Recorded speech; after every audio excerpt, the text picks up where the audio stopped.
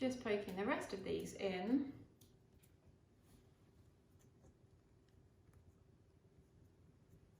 And then it's just a case of having one really final check that you're really pleased with everything, I guess, before you hang this on your door. I'm just going to slide that one in one of my wires.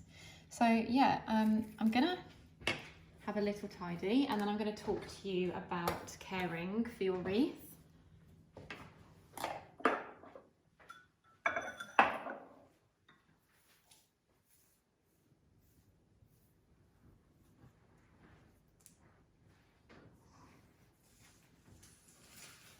And any little bits that you've got left over would look beautiful in a bud vase, so don't disregard any of them.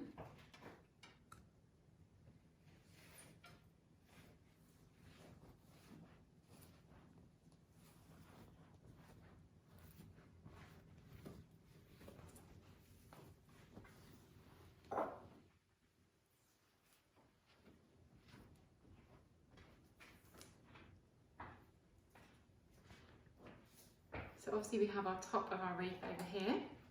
So I'm going to turn it around just to show you how mine's finished off. And there you have your lovely Easter wreath. So because we've used a moss base, you can spray that at any point you like to. And I would probably say about every 3 to 4 days, you could give this a nice spray. Now the bits that you really want to spray are the roots of your bulbs, because they're going to then flower.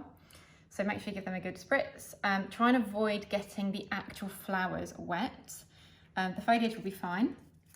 And if you wanted to, so once your tulips have gone over and finished, you can quite simply just take them out of your wreath. So just take the whole flower stem out of your wreath, and you can poke a new tulip in there. So this can sort of live on for a little while after you've finished with those particular flowers, which is lovely. But just make sure that you top up the flower vial with fresh water. Just use a jug or a long spouted watering can, and it will be absolutely fine. So I hope you've really thoroughly enjoyed making this with me, and I would love to see your photos. So please do tag me in anything that you're making, in progress. I love to see them all. So thank you so much, and I hope you have the most wonderful Easter weekend.